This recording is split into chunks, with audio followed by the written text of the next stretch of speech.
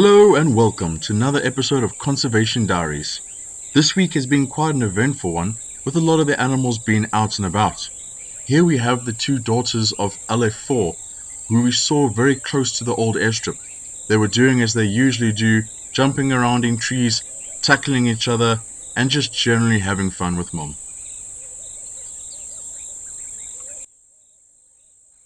The elusive pachyderms of Lapalala.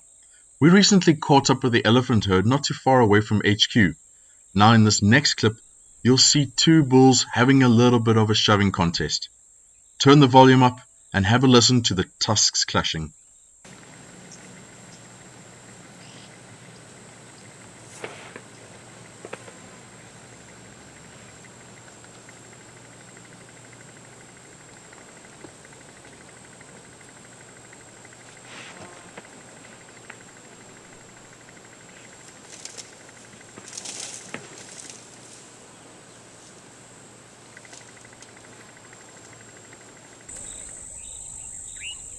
It was with great excitement that we recently had the opportunity to catch up with Hopewell's cub, who had made a fresh kudu kill just on the top section of Tintswalo Plains, a kudu calf that she had brought down just by herself, without the need for Mom.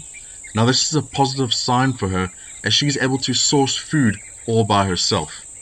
With this kudu kill that she's made, cheetahs will usually start on the rump first, making sure that they can get in as much meat as possible, so if they are disturbed by a predator, that at least they've had something quite decent to feed on. In the next clip, you'll see who disturbed her a little bit later that night.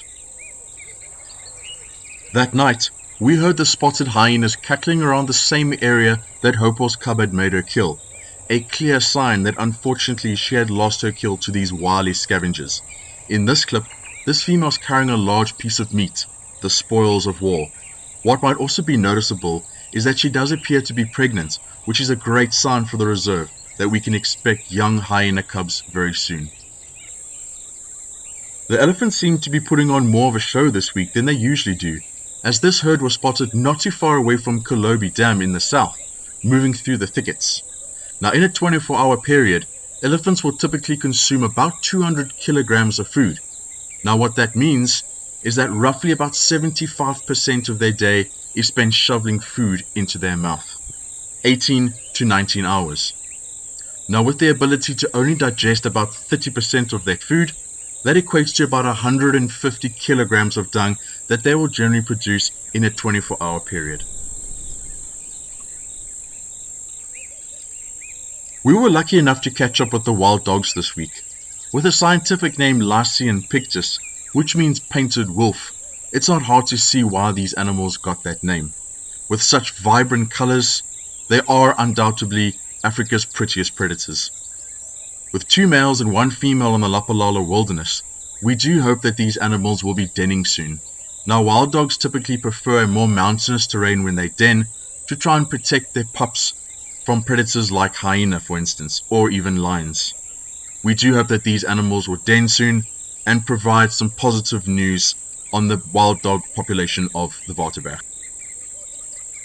The kudu population in the Lapalala wilderness seems to be going through a tough time at the moment, as early in the week we managed to catch up with Mabula and her young 8-month-old cub on a fresh kudu calf kill that Mabula had made for her. Now what female cheetahs have actually been known to do is to catch live prey for their young. The prey is stunned as the cub comes closer. With a swift bite to the neck, constricting the windpipe, the cub would then learn how to kill properly. The mom is trying to teach that youngster valuable life lessons that will hopefully carry that youngster through until adulthood and teach it how to kill properly.